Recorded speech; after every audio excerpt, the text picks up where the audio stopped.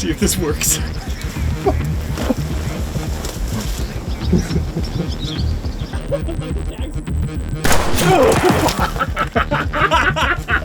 Got ourselves a real Vasili's set over there. Let's turn it around the other way and really sell it this time, okay? Oh, he's gonna walk backwards? Yeah. Oh no, yeah.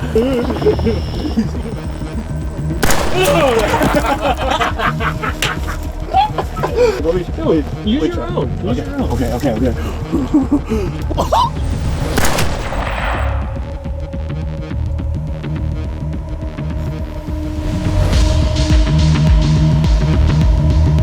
Setting up a legit helmet can be pretty confusing and complicated, and today we're gonna go over everything and simplify it. We're gonna be starting with budget, how you can actually build out a functional helmet system from $500 to $4,000, not including night vision.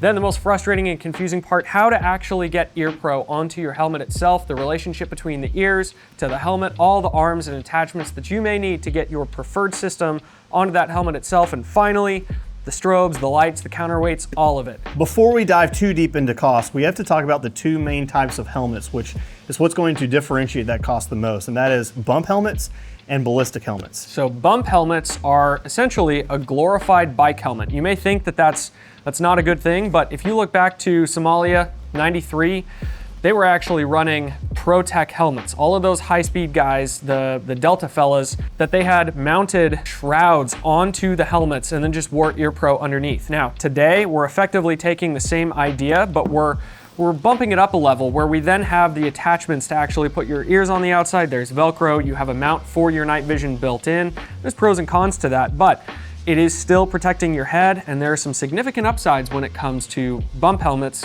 contrasted to the heavy ballistic helmets. Yeah, they're extremely lightweight, they're breathable, they cost a whole lot less. Also, bump helmets, in terms of like riding dirt bikes or any sort of vehicular stuff, are rated just as well, if not better, than ballistic helmets. Also, you're less likely to hurt yourself because the helmet itself doesn't want to throw your head around because it's lighter weight. And on top of that, ballistic helmets are not actually designed to stop rifle rounds. It's not the same as wearing body armor on top of your head. They are meant to stop frag and spall, so they'll stop 9mm. But as soon as you get up to higher speeds than that or heavier grain weights, it's just not the same, again, as wearing like level 4 armor on your chest. So keep that in mind. But what about all these videos that show ballistic helmets taking rifle rounds? Yeah, it can be done. Your helmet can stop some rifle rounds. There's gonna be a lot of context given in there, like how far away was the shooter and was it a glancing blow or a direct hit? But really the biggest concern, even if you have level 4 armor on top of your head, is the amount of kinetic energy that's actually going to be pushing into your head. It's not the same thing as taking an impact to your core, like a punch to your core. Your spinal column, your brain stem, everything is gonna be taking all of that energy. So even if we were to make level 4 or higher armor on your head, all of that energy is gonna transfer down into your neck. Probably gonna die anyway. So I think that's probably why they tend to stick with even the highest brand helmets, 3 plus 3A level. Yeah. Guys, let's take a moment and thank some of the brands that make content like this possible for free for you every single week. First and foremost, Steel Industries, kind of a no-brainer, especially for a video like this. They've been a long-time sponsor. We love the owner over there. Actually, we love all the guys over there, but we know Dom and he's a really good friend. Now, if you're looking to get into a good helmet setup and you want some night vision as well, they offer something called their Night Fighter package, where you get a really good price point for a 14, the J-arm, the G24, and a helmet. You can pick your color, you can pick the tube, and you're getting a good price because you're buying a bundle. And if you want to actually go to their facility in Central Florida, you can go check out their brick and mortar location. Look at nods before you buy. The link is in the description. Also, Wetworks. They make some incredible nylon gear. We've been running it for quite a while. You've seen it in a ton of our videos because we use it in everything from their Wraith hoodies to their summer combat hoodies. Even the scrim on the helmets is just awesome and like leafy. Also, you will see in this video later on one of the nods retention devices that we have absolutely fallen in love with. So check them out, discount in the description as well.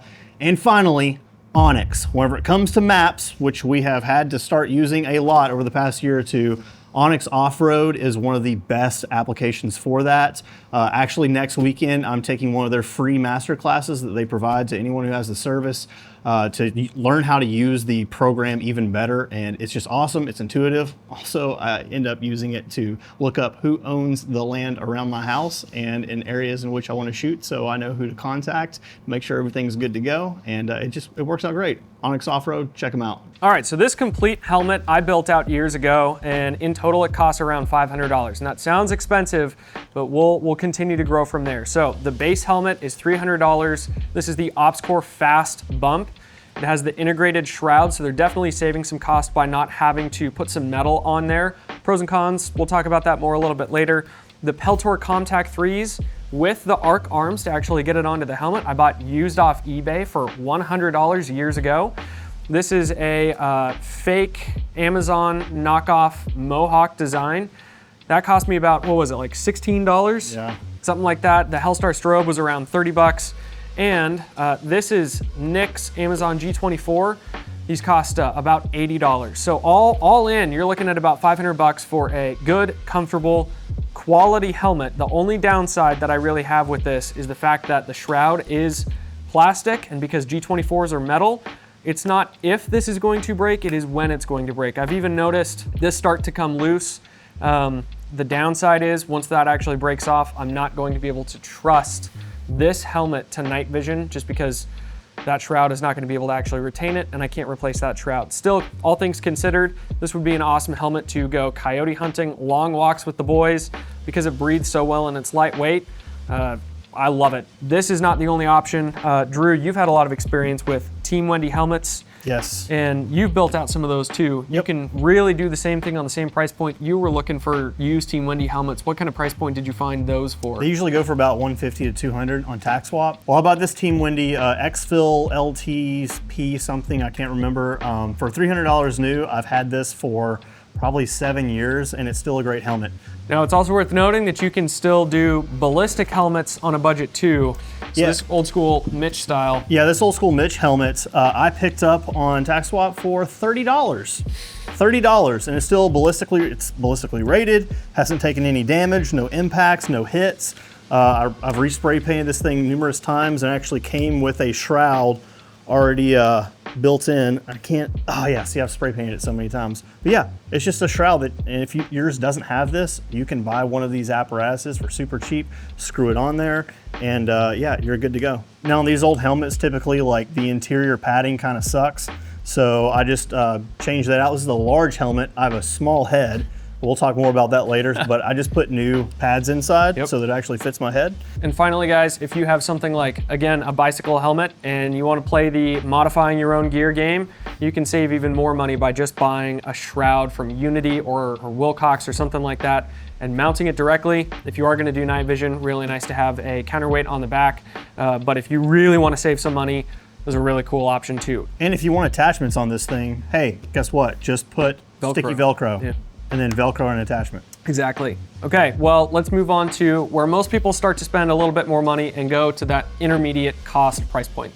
All right, so for the intermediate price point, we kind of go from the sub $300 price for just the flat helmet to like $500 to $600-ish dollars. Now, the helmet that we have fallen in love with is the Protection Group Denmark. This is actually a ballistically rated helmet. It's a little bit heavier, but it is significantly cheaper, coming in at about $600. And in contrast, you can still be spending a fair amount of money, $575 for an OpsCore Bump, the Fast SF helmet. Now, what are you getting when you're paying for a higher price point bump helmet? The biggest thing that you're gonna really notice when you first put it on is comfort. Everything from the pads to the chin strap, and then a replaceable shroud, how it actually sits on your head. It just feels a little bit more customized. It's like a high quality boot as opposed to a low quality boot. When you're spending more time in it, man, it really starts to pay off. Now, Drew actually has a Protection Group Denmark helmet that's completed for sub $2,000. What do you actually have on yours? Yeah, so again, this is the same helmet underneath as that. You've got the Wilcox G24 mount up here for night vision or thermal. You've got a Streamlight, I think Switchblade or something like that. Light over here on the side, which is actually a very affordable light. We'll talk more about that later. OpsCore amps, which are the most expensive thing on this helmet, is the Ear Pro. Hellstar Strobe, and Counterweights. How do you feel about those pads? So Protection Group Denmark, far and away, in my opinion, has the most comfortable pads of any helmet on the market. I didn't even know about them until I was complaining about helmets to Mojo, and he was like, "Here, try mine on, dude," and put them on my head. And then we went and we slayed bowed in Milsim? Yeah, in Milsim. It was Nice. great. So yeah, Cool. the pads are amazing. Yep, agreed. The pads really do make it, and you can buy a cheaper helmet and start to upgrade those pads as well. It can be very much worth it for the comfort factor.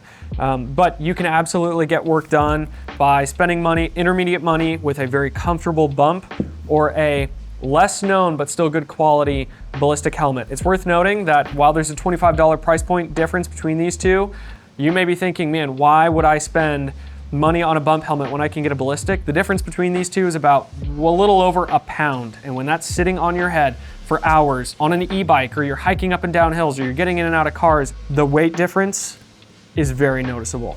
So that's something that we can't tell you what you should buy. You have to consider that yourself. Let's take a moment and talk about the Gucci rigs and what those actually look like. All right, now we kind of get into the, oh my gosh, that's really expensive just for a helmet kind of price point. So this one we're borrowing from our good friend Jonathan. This is the Team Wendy X-Fill Ballistic Helmet. He has auto ears on there. He's got a Surefire light with an S&S Precision attachment point and a Wilcox G24, plus the scrim and everything else. That's about a $3,100 helmet if you were to buy all those parts new. And this OpsCore Fast SF Gen 2, technically it hasn't come out yet. Thank you OpsCore for sending those over to us. We've gotten a little bit of time with them.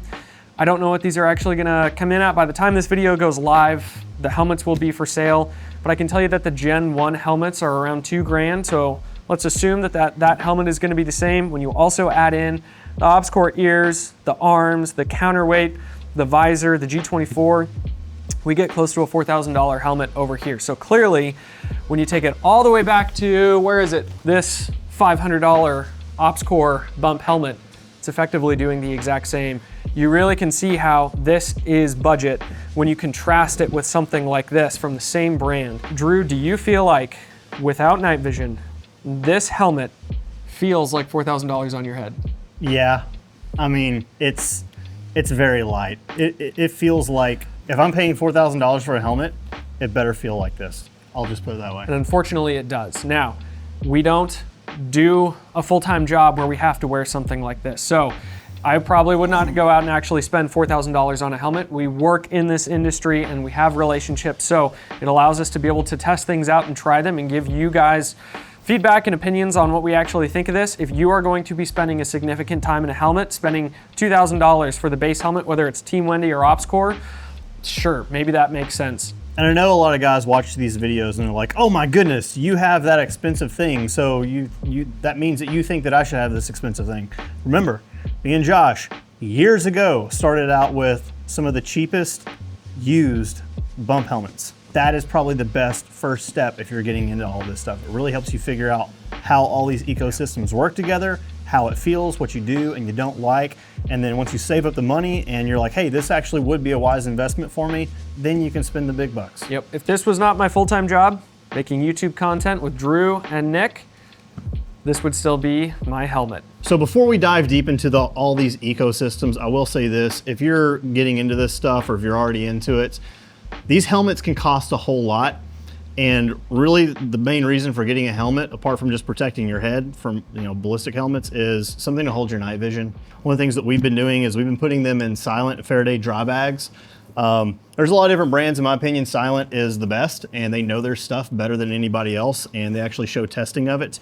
And so in this one, I keep another padded pack with my night vision in it. It also has room to throw in comms, because night vision and comms and electronics, all that stuff is used in all these ecosystems, and that is precious material that I don't want to get wet. I don't want it to get fried from any sort of electronic jamming or electronic interference. Solar flares. Solar flares, EMPs, as unlikely as that may be, like, I'm just not going to risk it.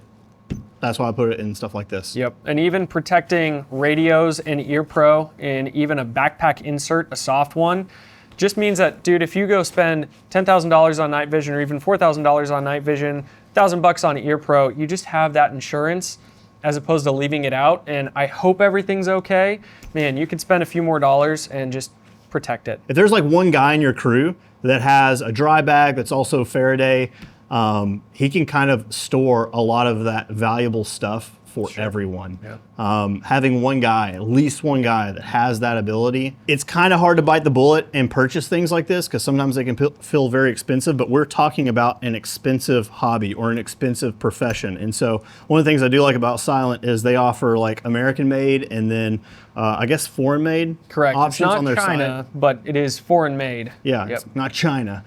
All right, next, before we get into actually setting up a helmet to be optimized with all your ears and accessories, we have to talk about some of the differences between helmets. And let's start by just stating that you really need to be selective when you're buying a helmet. When they tell you to measure your noggin before you go buy size 1, size 2, medium, large, extra large, a way that I've heard it expressed, I can't get over this, the way I've heard it expressed is that some people have Bert or Ernie heads. Both Drew and I have Bert heads where our noggins are actually shaped like a football going up and down. And then there's other people with Ernie heads where your head is going left and right. Clearly Drew is not wearing a helmet that's sized properly for him, even with the chin strap attached. And the Ear Pro down, it's going to be a headache, so to speak. Yeah, fun fact, the Ear Pro is off and I can still hear all of you just fine. There's no tension. As opposed to having something that's sized properly. I don't even have the chin strap on here. And my helmet's not going anywhere. So make sure that it's actually sized. Speaking of sizing, the pads in your helmets will make a big difference, not just for comfort, but also in terms of sizing. Let's talk about comfort first. In my opinion, the absolute worst pads in the industry are Team Wendy helmet pads. I don't mind them. Gosh, I absolutely hate them. They are the hardest, most uncomfortable things. It's the first thing I rip out and replace in Team Wendy helmets. Next would be Hard-Headed Veterans, which this is not a Hard-Headed Veterans helmet, but, and it's not that their padding is uncomfortable, it's just really thick.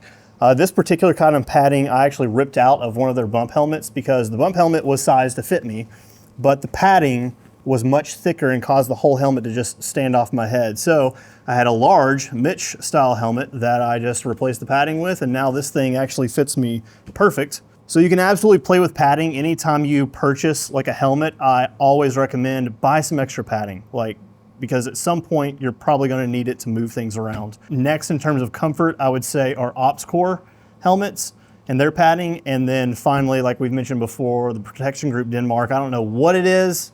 It's like a memory foam. As it sits on your head, it's like it actually gets more comfortable, which is so contrary to all of the other helmets out there. One more thing to note when it comes to padding is if you live in a space where you're sweating a whole ton or where it's raining a bunch, pay attention to the material that the padding is made out of. So for example, that Hard-Headed Veterans is not going to retain any moisture, whereas something like the OpsCore, if you're sweating a bunch and it's cold outside, it's going to retain some moisture. It can freeze overnight. It could, yeah. So, or if you take your helmet off and it gets cold and you put it back on your head, just be a little bit cognizant of, this is kind of like a hat. Be aware of what's actually going on your head, considering moisture and everything else too. And that is one of the redeeming points of the Hard-Headed Veterans ones is that it breathes really well in the summertime. Yep. Also, you do not have to use every single pad that the helmet comes with.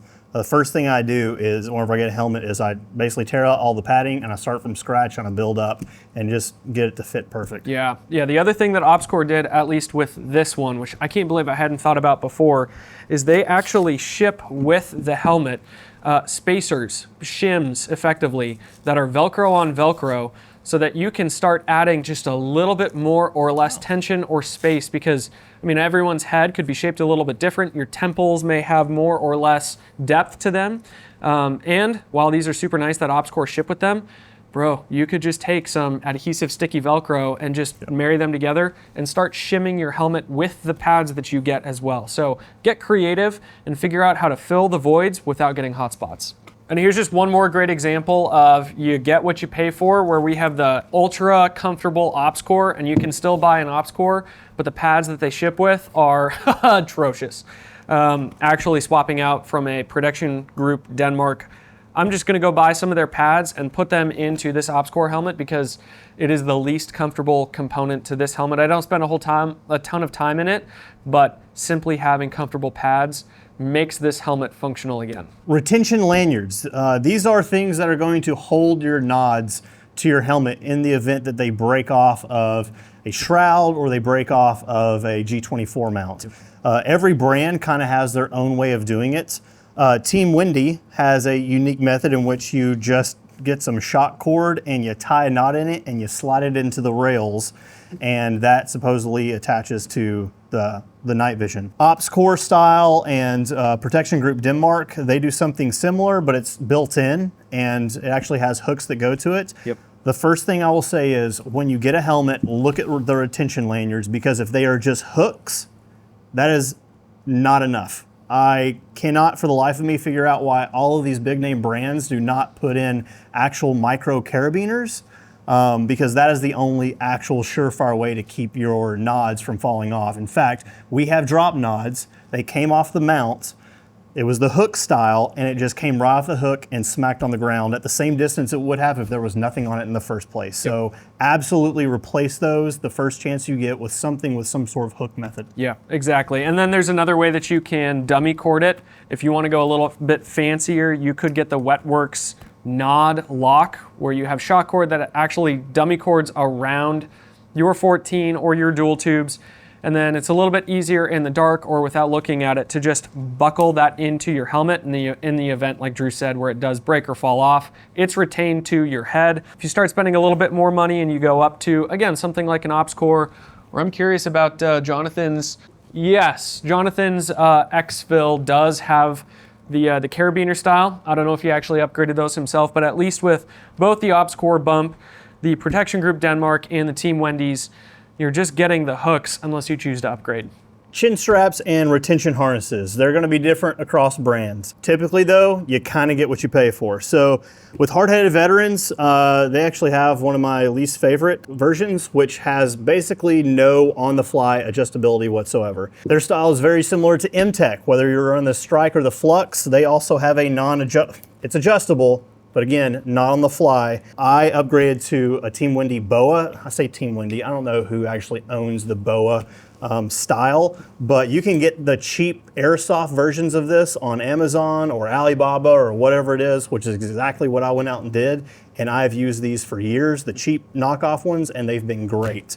When you get up to those, the actual Team Wendy helmet, you do get the BOA, and the quality between the Amazon airsoft BOAs and the actual Team Wendy BOAs, they're a little bit more noticeable. Yeah. The design is just like a snowboard boot where you ratchet it down, and then once it's tight enough, you leave it. When you're done with it, you pull the knob, and then it completely loosens and comes completely free. Then you get into the OpsCore style, either the worm dial or my preferred, the OCC dial, where it's like a clock. As you tighten it, it gets tighter, no duh, and then you can loosen it and it just starts to get looser. So you can adjust this on the fly without having to take the helmet off. I prefer this one for a couple reasons. One, because I can obviously tighten it down to where it's snug, it's tight, my nods aren't moving around on my helmet, and it feels really good. But man, once you wear it for a long time, you get hot and sweaty. You want to loosen this up a little bit, I can just reach back and just go one click looser, one click to the left. It's still fairly snug, but I can get a little bit of airflow in there and it's not squeezing my head. Do you have a preference? Personally, I prefer the BOA because I like to get it as tight as possible, and the moment that I can free up, I just push one button and the thing goes completely limp. And it's just nice. And then I just quickly tighten it back up. There is one saving grace to the hard-headed veterans. Their chin straps utilize a magnet to take on and off. So as far as the chin strap itself, I think theirs is the best because you can quickly take it on or off. It doesn't accidentally come undone. It's really nice. There's also a debate on how you should run your chin strap, whether it's like traditionally on your chin or under your neck. I tend to like it under the neck. Because whenever I have the chin strap actually affixed to the chin, I get a lot of it's just uncomfortable, man. Yeah. As you talk, if you are talking, you start to feel the compression on the top of your helmet.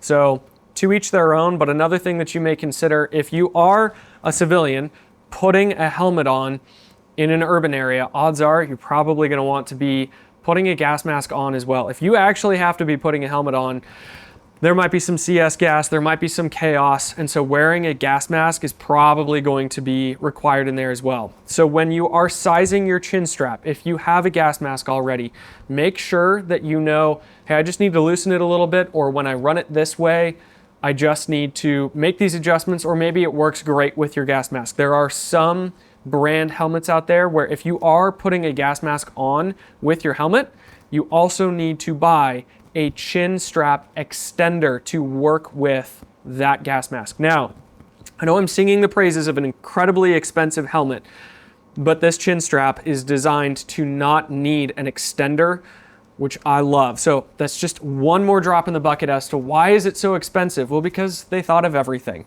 So if you are going to be employing a gas mask, size your helmet with that gas mask as well. Rails. This is what makes building out helmets very confusing and expensive if you don't know what you're doing. This is why we are making this video, because it is the video that we wish someone would have made for us. And it would have saved us a ton of money and a ton of time. Exactly. So the rails are very important because this is how all of your accessories, especially your ear pro, is going to interface with your helmet, and they're all different. So there are 3 different main styles, one being the OpsCore ARC style, there's a Team Wendy style, and then there's a Hard-Headed Veterans and M-Tech M-Lock style. We're gonna go over all of it, including all of the major ear protection that attaches to each one of these, all these variables. It's gonna be tedious. That's probably why no one's done this video as far as I know. Josh, you wanna hop into OpsCore? Absolutely. So OpsCore is they're using a system that is called the ARC system, and the heavy majority of brands are also using OpsCore style ARC rails. Those brands are not limited to, but include Safariland, Galvion, Premier, Dynamia, Protection Group Denmark, Highcom, Cry Airframes to a degree, Tac Helmet, Ballistic Armor Co., and many more, obviously including OpsCore themselves. So this is the kind of rail that you're going to be using to attach mandibles if you want, visors if you want, lights or any other signaling devices that are going on the sides of your helmet. And as Drew mentioned, obviously the ears themselves. Drew, what is it about Team Wendy being that there are 2 different styles? There's the Gen 2 and there's the Gen 3. I have no idea if they ever had a Gen 1, but they must not have those around anymore. Yeah, they probably just started with Gen 2, so when people bought it, they thought it was like, I got the best. I got the newest, yeah. The major difference between the 2 is that the Gen 3 has pick rail on the side of it. I prefer the Gen 2 because for whatever reason, I feel like it just sits sleeker on my head. You run faster? Yeah, I run faster. Yeah. But really, they're both just about the same. Ear Pro attaches in a very similar way, and we're going to go over that here in a minute.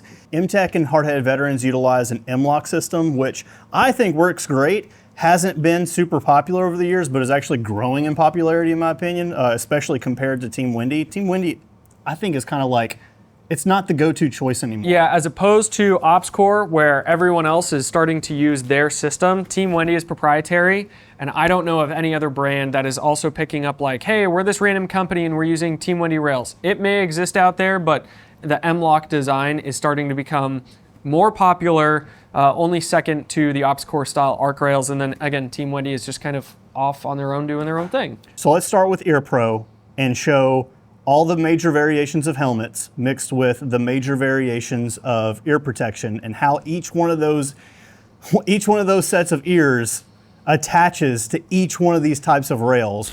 Again, very tedious. It has to be done. Getting the Ear Pro onto your OpsCore style ARC rails. Now, the most common, the most popular, the cheapest, you can buy them surplus, you can buy them off Amazon, is the Peltor style 3M arms. These have tension where when you push down, they pop and they put compression on the side of your head. And then when you lift them off of your head a little bit, they'll hover on the outside. The way that they retain the ears to the arm itself is by these little pins that go down into the legs that hold on either side of your ear. Now this is a big benefit because there's a lot of ears out there, from Howard Lights to Peltors, all generations of Peltors, to even if you have OpsCore style Ear Pro and you just have the headband style, you can pull the connector pieces out of the headband and then plug your amps directly into the 3M Peltor connection that is then mating to the helmet. So this is probably the fastest and easiest solution. There's a few downsides to these. The most common complaint in the full industry is breachers. When they're actually clacking off a breech, that overpressure is causing that arm to pop out, and now you're exposed. I've never been around any explosion that's actually caused that, but I have noticed that if I'm moving my head around too much and it snags on a tall shoulder pad on a plate carrier, or it pulls on a sling, you can lose some connection, and now your ear is exposed to all the other noises that are going on. So they are inexpensive. They have worked for a long time. If you really get nitpicky, I guess they don't have a whole ton of pressure on the side of your head, but they are cheap and they do work well. Because this is the cheapest option for attachments for ears to your helmet, it's definitely worth trying out first. That being said, I do not prefer this method because I have a smaller head. Doesn't matter the size of the helmet, for whatever reason, whenever I pop those in, I can never get them to really cover my ears well. So if I'm out on the flat range and I'm training, and this is how I figured this out pretty quickly, is whenever I use this style, there's not enough suction to my ears. So I still end up hearing all the shots, and that goes into hearing damage. The other side of it is, because my head is smaller, I rely on the Ear Pro to hold to my head very well to keep the whole helmet stable. So this method does not work for me. The one thing that I do like about these is because I can just pop them out a little bit, it gets airflow to my ears really well. There's no other system, there's no other method that as easily allows airflow to get into your ears, which if you spend a day outside with Ear Pro on, even a couple hours in the summer, like you quickly find out how valuable it is to get some fresh air to your ears. The next major attachment style, which is actually my favorite, are the OpsCore amp arms. These actually seat the entire helmet super tight to my head. There is no play in terms of having my hearing damaged. It is just a super tight fitment. The thing that I don't like about it is they say this isn't a thing, but in practice it is. In order to get any sort of air to my ears, I had to pop them out like Mickey Mouse. And that's like kind of how people make fun of them. You look like Mickey Mouse when you're wearing them. OpsCore has said, hey, we designed those to just barely pull them off, rotate them up, and set them on the side of your rails to give airflow to your ears. That's never worked for me, but I'm not a cool guy, so maybe I don't know what I'm talking about. And maybe it's the shape of our heads, but yeah. I have the same problem too. Yeah, but overall still, by far, my favorite method is this, just because of how tight it sits to your head. Now, the cool thing is let's say you don't have OpsCore amps. You have Peltors, or you have Falcom or Howard Lights or whatever. You can buy amp arms that fit just about every single kind of Ear Pro out there. There's a lot of airsoft knockoffs that actually work phenomenally well. There's one company in particular that's making some high quality ones called Bifrost Gear. They're not airsoft knockoffs, they're like legit ones. And then you can also check out Axle Advance. They make adapters for a lot of different kinds. So if you have the amp arms, then you can just put those adapters on whatever Ear Pro it is that you have. If you don't have amp arms, you can just get the Bifrost Gear ones or airsoft ones. Now, while these are $1,000 Ear Pro, and then you spend a little bit more money on the arms as well, we have found that the lockup going to arc rails that are not OpsCore helmets are not the same. Obviously, the tolerances between different brands is going to be a little bit different, but it's really frustrating I actually bought these ears myself years ago, spent $1,000, and then you spend money on the arms, and you put them on your nice ballistic helmet that's still not OpsCore, and when you go to pull them out, the entire arm jumps off that arc rail. You're stuck having to take your helmet off, probably in the dark, figuring out everything, trying to make it all fit. It's just a pain, which could be a reason why a lot of people are still sticking with that Peltor style, because I have never had that Peltor style jump off. Now, on OpsCore helmets, the lockup is awesome, and I have not had that problem. There are other ear protection brands that have their own kind of proprietary system for attaching to the arc style rails. Safariland Liberators is one of them. They used to call these Scorpion mounts back in the day, but now they're called something super corporate. I don't know what they're called. They're probably my least favorite version, or least favorite way to attach ears to any Ear Pro. but they do work decently well. But again, like these things are, $200. Yeah, and adjustability to get it in the right spot on your ear is very, like you almost have to take the helmet off. Whereas with the amp arms, you can just slide them and really position where that ear pro is on your head. Comes back down to you get what you pay for, and at the end of the day, there's nothing wrong with starting simple and figuring out what works for you. All right, the Team Wendy rails. So they, as previously mentioned, offer currently 2 different systems. They have the Gen 2, which it seems like they're still supporting, and the Gen 3, which is a little bit lighter, and they have upgraded so that they can start taking visors and masks and so on and so forth. Now, I have played with these a little bit, and I simply do not prefer the way that they actually attach ear pro or other accessories to them. Now, if you are going to rock a Team Wendy helmet, probably the easiest solution is to start by going to the Team Wendy website. Make sure you know which rail system you have, and you're gonna have to select. Let's say you're working with Peltors and you want a very simple plug and play system to the 2 wires that attach on the side. You're gonna need to go to Team Wendy's website and buy that accessory. You can buy them from Amazon or Airsoft options as well. When you go Team Wendy to Team Wendy connection, it's gonna be just a little bit of a better lockup. Then you get into some of the other worlds, like getting OpsCore ears onto Team Wendy helmets. Yeah, so on that, that's primarily how I've ran Team Wendy helmets, is with OpsCore attachments or with OpsCore ears. And they have a pretty interesting way to attach them. We'll get a close-up of this, but basically you have to just hammer something in, which I don't think is a great method. So on both the 3.0 and the 2.0 LTP rail system, which is what this is called, because Team Wendy does have another option that is an arc style rail on some of their ballistic helmets. Not all, and I would say probably not most. It starts to get confusing. Exactly. So basically you take this little attachment, and this is what your amp arms, if you're running OpsCore ears, are going to attach to. And so it goes into this back slot, and you can get it in a little bit. And then you get a running start. I kid you not, this is how it's done. And you tamp them in. And when they're in until they break. And I can tell you this, they will break. I've broken numerous official Team Wendy.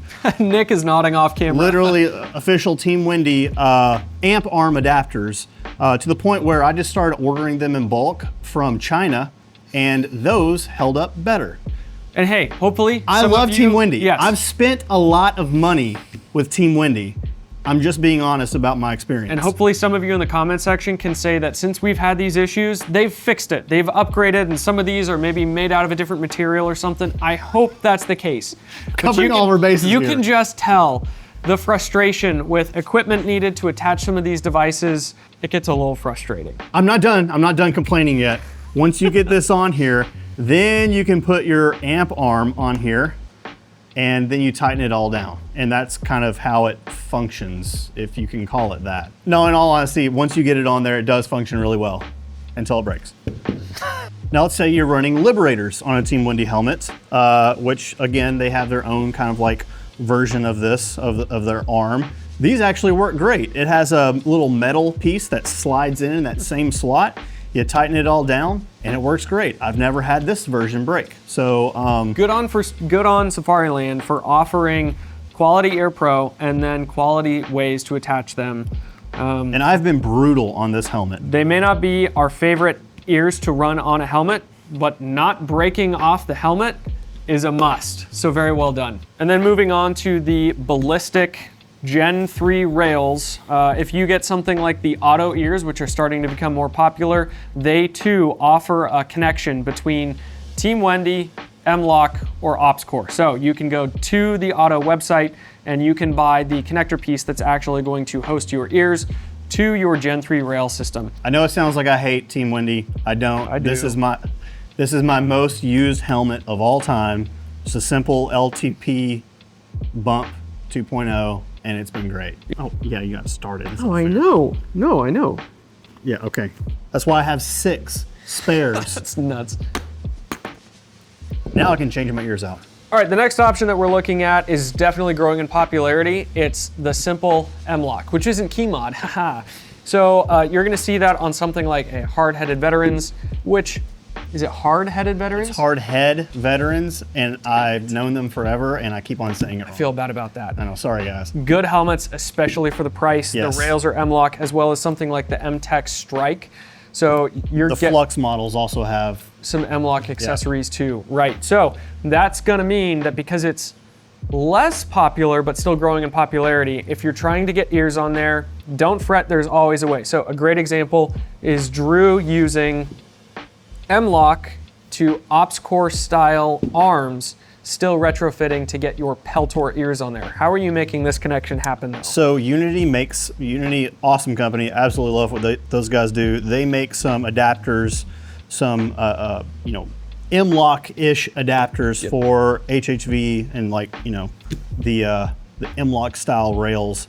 They come in 2-packs. I bought a lot of these because I assumed they would break just like all the other attachments. They've actually held up pretty well. And you would, but here's the thing, you have to pop off the rail. You have to unscrew it, pop off the rail, slide this little piece in, and then you have like a little, I guess kind of like a washer. Receiver. Then you would screw your amp arms into this in the same way that you would screw it into the Team Wendy version, and good to go. And they work pretty well. Yeah, and if you're looking for the option like the Peltors, where you want the 2 wires, something super simple where you don't get the big Dumbo ears, probably the most popular solution is Unity again. Their Mark adapters, just connect M-Lock at the top, drop down. That design does not allow you to pull your ears out so that they pop and hover. That's their solution to keep them from actually jumping off of your helmet while you're running around either on the flat range or the round range. So the Unity Marks are really popular. If you're looking at the hard head veterans, they also offer some solutions on their website. So there's a couple different ways that you can make this happen, but the solution is to go to the manufacturer of the helmet and search there first. If not, then go to Unity and then maybe to Axle Advanced, because they offer a lot of connections as well. The M-Tech Strike is unique, and we've done a whole video on this and how basically you have one place to attach EarPro, and so for that, the go-to is amp arms, and they've worked really well. In fact, these are some airsoft Peltors, because I like to test the cheap stuff, see what works. The ears have been great. The arms themselves have not been great because it's airsoft quality, but it's kind of hit or miss. Sometimes you get great airsoft stuff that's of high quality, and sometimes you get stuff that's not so great. One thing I would like to say is that among all of these major brands that we just talked about in terms of helmets, there's something from all of them that I like. There's not a helmet that any of them make that I wouldn't be happy running. So get good deals where you can find them. Don't obsess about the brand or any of that stuff. Get what you can afford and make it work. And all of these options that we've shown, even the ones that we've nitpicked, actually work pretty well. I will say HHV, those guys have far and away the best website. And we're not sponsored by them or anything like that. They have the best website for helmets that I've ever seen. And every single other helmet manufacturer should take a note from them in terms of how to structure and what information to put on the website, because if you don't know anything about helmets, they provide a lot of information, and not all the information is structured to make them look good. It's just good helmet night vision information in general, and you can learn a lot from the site. I picked up a couple things on there as well. Yeah, and another option, just like swapping out pads, I got this helmet, and for a while I took the OpsCore rails off of my bump and threw them right on here. And I ran this helmet for a while, and I did like it quite a bit. I swapped out the pads, so really the only thing that I was running from them was the shroud and the shell, and everything else I kind of retrofitted to fit my needs.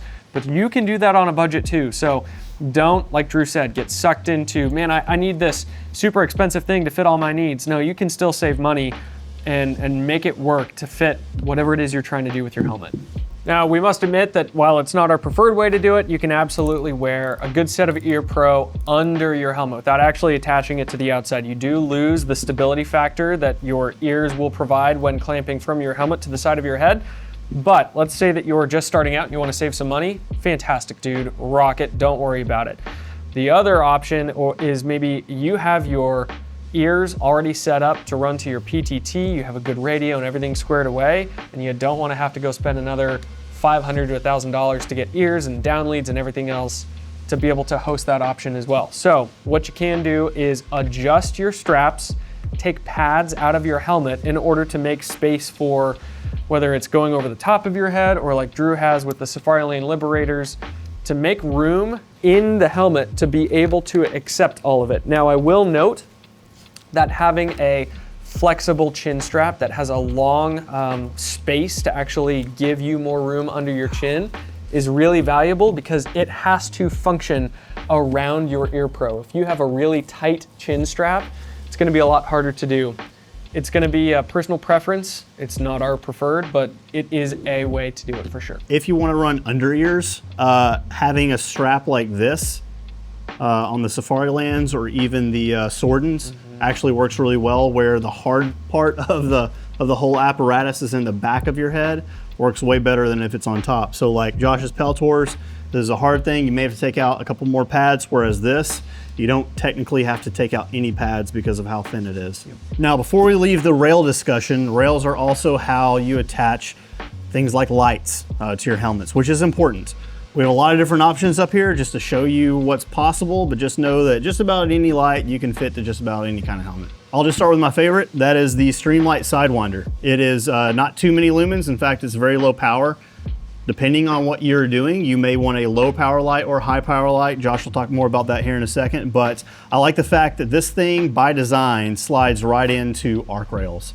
It's not the tightest lockup, but it does work. I have almost knocked this off going through brush in the middle of the night, and it snags on something, pulls one way or forwards. So maybe locking it down is a better method, but it does work. Also, whenever you buy these things, they come with an attachment, and if for some reason yours doesn't, you can always just buy this attachment separately, which is just hook and loop. So pretty much every helmet has some sort of hook and loop here. For this M-Tech Strike, which has no place to put a light, it works great, and then it just slides into that. So my go-to for lights on a helmet for years has been this Princeton Tech Charge Pro. It actually died after I submerged it. We were doing some short film, and I had to get under the water, and then I came back up, and long story short, it lasted a really long time, but I had to go get a new one. This one as well does red, blue, white light, and IR, all in different illumination. You may be wondering, man, why do I need so many different color options? Well, if you happen to be working on someone who's bleeding a lot, having a red light doesn't work very well, so you might want to swap over to blue. If you're working with maps, having a blue light where there's water designated on the map, you might want to have to swap your color options. So having the flexibility is really, really nice. You can swap it to the other side, and it would, as opposed to dropping down, it would be standing up on the rail. And this one also has a little flat head screw, so you can slide it into your OpsCore style arc rail and then tighten it down so it doesn't jump off on you. Now, the other option over here is the Princeton Tech Switch. This one's really nice because you can rotate it and pull it off. I've seen a lot of people running these on like the top of a plate carrier. If you want to be able to set this up and use it somewhere else, they'll even get Velcro and put it on the side of their ear pro when they're not running a helmet. And then if they are running their helmet, they just drop it right into place. So a couple different options, and these ship with all of the accessories and components to go on to helmets that don't have rails at all, a baseball cap, a headband, all of the mounting solutions. They're a little bit expensive, but they are really good quality. They are durable. I know I broke one, but that was after years of use. But first, Josh conveniently left out that during that short film where he had to come out of the water, No, you can't we see had that. to put him in blackface because of the character that he was playing. Here's the proof. The problem is the backpack has air in it and it wants to float. So the solution, fill the backpack with rocks. And just so you know, he had to do that. That wasn't our first choice, but the main character was out of town and we had to get the shot to meet a deadline. So, yeah. Thanks. You may notice some people are running like X300s or Surefire Vampires on their helmets. Let's grab some of those and talk about why you would need that much illumination actually on a helmet. You probably already know the term umbrella lighting, but as opposed to shining a light directly into someone's face, he was able to bounce light off of the ceiling, and everyone was like, thank God I don't have to have my nods on right now. I can just walk through this urban area and have a lot of light above me. So if you need to illuminate some space and you're not worried about night vision, or you are worried about night vision and you want to swap that over to IR, it gives you a flood of light in that room or in that space. Now, the other scenario may be, what if you are a search and rescue kind of person? man, having a lot of light on your helmet means I don't have to wear night vision. I can see what I'm looking at. If you have something like a mod light on the side of your head, it frees up my hands and I can see out to 300 yards as long as there's, you know, not a whole ton of humidity out there. And you can see with your eyes, not just night vision, everything that you need to see. So having something like this is not mandatory for every single person, obviously. You don't have to go out and spend a whole ton of money. OpsCore is kind enough to send you with a piece of Picatinny whenever you buy one of their helmets. So you can just take one of your X300s off of a pistol and throw that on there, or a Surefire Vampire. If you're looking to spend a little bit more money, you could go with this, who makes this? S&S Precision. S&S Precision. So Jonathan. It's very nice. Yes. It's very spendy. Jonathan Moneybags over there has a Surefire Vampire. And the upside to something like this is that you still have the ability to angle straight up if you want to umbrella light, or if you want to just run it forward and illuminate something on the ground. You have that freedom too. Obviously, since Team Wendy LTP rails are a little different, companies will sell proprietary things for that. Theorem makes this one. It's great. It just kind of goes into there. You'd screw it in. It has pick rail on the side, so you can attach, you know, any kind of like, you know, Surefire light or mod light, and it just rotates. And it's as simple as that. Whereas like hard-headed veterans, it's M-LOK. So any kind of like M-LOK offset or inline, all of that stuff works. And you know, if you have multiple lights sitting around, it's easy to farm one off of a gun that you're not using anymore. Use that same scout light adapter on here, and it's great. You can also just attach little Picatinny slots to it too, and it works great. I will say the one thing that's great about the LTP, Team Wendy 3.0 version, is that it has the pick rail on it. So it just makes it a little bit simpler. That's a good point. All right, let's get away from the brand specific stuff. Let's talk about signaling, because you see these on a lot of helmets. The most popular one is going to be called the Hellstar 6. This is a strobe light. This is meant to be used to show everyone around you that you're there, either under vis light or IR light. There are airsoft versions of all of these that actually work really great. They're not as good, but they're significantly cheaper. If you're just doing this as a hobby, or if you're just LARPing on a budget, the airsoft ones work great. We've bought both. This is the Hellstar 6. Typically, even the airsoft versions work like this. You have a button down here, like a little slider switch down here. This is going to toggle your colors or your color variation. So this is like a green with a white strobe. This is just solid green. And this button up here is going to change your spectrum. So this is going to be vis green. And if I turn this down, you can't see it, but it's doing it in IR. So that's how that works. There's also the Hellstar 5, which is the strip light that you see. Those can be super helpful, especially if you just want to put one on the back of a plate carrier or just slide it on the top of your helmet. Works great. I think most dudes who use those if they're like jumping out of an airplane so you can see the direction someone's looking. At least that's what I've heard. I don't know, but you know, that's what most LARPers think. There's other smaller options that, especially when you're putting it on a helmet, if you're trying to keep things slick and as low profile as possible, a V-Light. I believe these are from S&S Precision. They're super cool. You can buy the Amazon versions of these. They certainly don't last as long. A downside to these in general is that they are all enclosed in this clear rubber, which means when the battery runs out, they die. They're dead. Now, granted, I've been playing with this. My daughter runs around the house with it all the time, pushing the button. She loves it, and it's lasted quite a while. So it's not like, oh man, I only have like 6 months of use out of this thing. No, I've had this for years, and it's gone off and on the range, airsofting, or my daughter playing with it at night. So I have the airsoft version of this, and I've had it for 5 years, and it still turns on, but the casing around it has like broken, and it doesn't, kind of like flops around. Gotcha. Biggest upside is that it's effectively a slicker chem light. It does have Velcro on it, so it can go a lot of places, and it's not standing like off your helmet and creating more space. Now, speaking of chem lights, if your goal is to save money, if you're not signaling to people a whole ton, bro, you can just take something like this and shove it onto your helmet somewhere, whether you're tying it down with bungees or rubber band or Velcro, whatever that is. You don't have to spend a whole ton of money. You could still take a good Chemalite and just stick it on your helmet if need be. If you guys do get into milsim, I don't like to use my actual light, my actual Hellstar in milsim, because whenever you die in milsim, typically you turn on a red light so you don't keep on just getting shot over and over again at night. And so I went out and I just bought an airsoft knockoff of this that is specifically in red light. So if I can actually turn it on. And then up. Yeah, there you go. So that's what it does. There's all different kinds of color configurations. You can have multiple colors in the same one, different strobes. It's actually very complicated if you look at the list of variations, but just, You got options. Yeah, you got options, cheap and expensive. Also, if you guys are looking to save some money, you could go old school GWatt and get one of the VIP lights. This one does do IR as well as green. If you rotate it, you get solid. Rotate it again, you get flashing green. Rotate it again, and you get IR. While there's Molly on the back, man, you could definitely just get some adhesive Velcro and stick it on the top or slide it down onto a patch. There's a couple different ways that you can make something like this work. But again, you don't have to spend a whole ton of money just to try and get a strobe or something that's flashing of some kind. Yeah, speaking of one of the worst mistakes that people make on helmets in regards to things being visible or not visible is they put IR reflective patches on.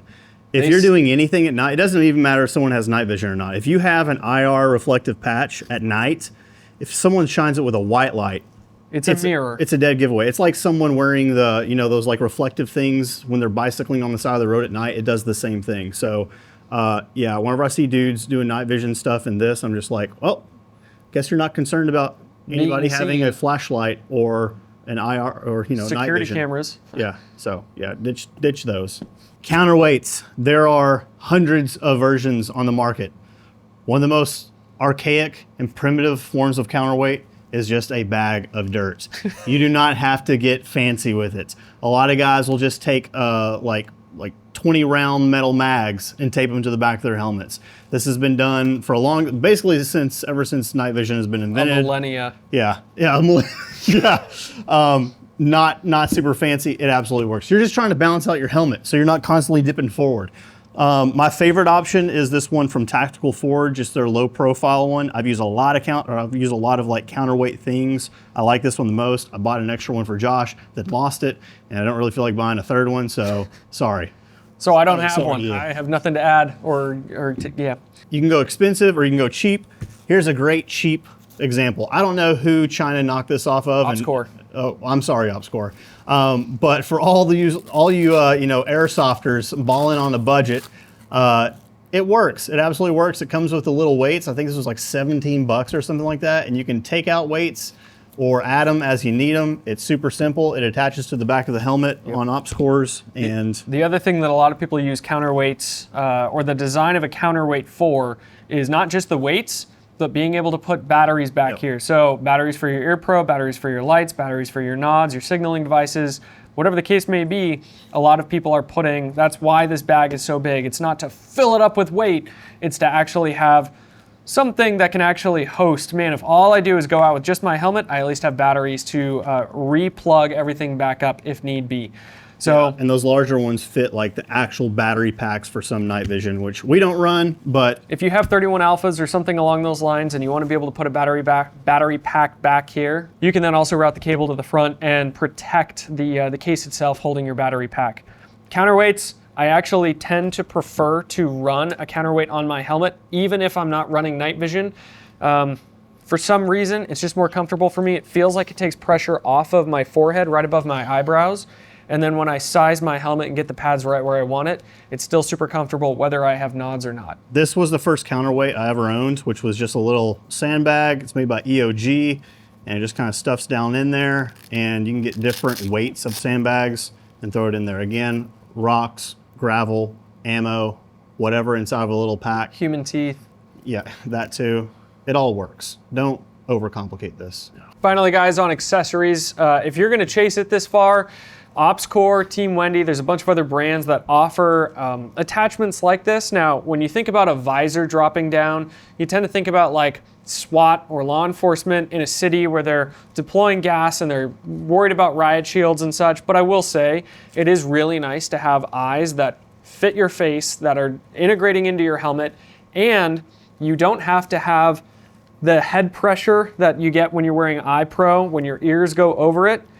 That being said, we've had a little bit of a interesting mixed opinions on these OpsCore eyes over the couple of, well, probably a little over a year that we've been playing with them now. They work really well on OpsCore helmets. Yes. But when you have an OpsCore style helmet, they just don't work the same. So if you are going to go with visors, with mandibles, with something like that, if it's not an actual OpsCore helmet, they just don't work nearly as well. Results may vary. I like having them on the helmet just because I wear this a lot whenever I'm out riding the e-bike or dirt bikes, and also I'm notorious for losing things in the field, and whenever I wear normal eye pro out in the field, I've lost numerous pairs of Oakleys like that. That's M-frames. wild. I have found so many pairs of Oakleys. And if you also want to chase it even further, there are brands that offer gas masks that are designed to work with a helmet specifically. If you buy a quality gas mask like an Avon, they are designed to function with any brand helmet as best as possible. OpsCore is another brand that is offering a like respiration only mask. This is called their Sodor, and you can wear it without a helmet or you can clip it into a helmet depending on what it is that you're doing. If you start down the road of one brand, sticking with that brand, if it's Team Wendy, awesome, man. They offer a lot of options, probably best to roll with that same brand. If it's OpsCore, go ahead and do the same thing. As soon as you start bouncing around different manufacturers for these kinds of accessories, they either flat out don't work or don't work as well. Guys, we know this was a long video. It was probably the most tedious video we've ever made. No, it wasn't. Close. But it was the video that we wish someone would have made for us that covered most, if not all, of our questions as we were getting into building helmets. We have spent way too much money on this stuff, making mistakes, and so we hope this helps you push your dollar further in that you're not having to like figure out what little attachment goes to this particular ear pro, and it can be a nightmare. So we hope this helps you guys. Yeah, and there's a lot of other people with a lot of great information too. So if you're out on the milsim field and you're like, dude, I keep getting this hot spot on my helmet, instead of just spending money, go ask someone, which also builds community too. With that, guys, we also have to thank Patreon, who also makes content like this possible every single week. Huge shout out to them. They get first access to us and they get first access to our content ad-free. So thank you very much, Patreon. We do appreciate you. We'll also get first access to the short film, which is coming up here within a week or 2 or 3, depending on how many special effects I put into it. Dad advice? Sure, I'm curious first, why are you still wearing this? I thought that was a prop from this morning. No, this is not a prop. I have horrible poison ivy. I told you that first thing this morning. I don't know why you don't. Yeah. Yeah, so I have like ketamine lotion all over it, and I didn't want to look like a leper on screen. So Calamine lotion? nah, that ain't it.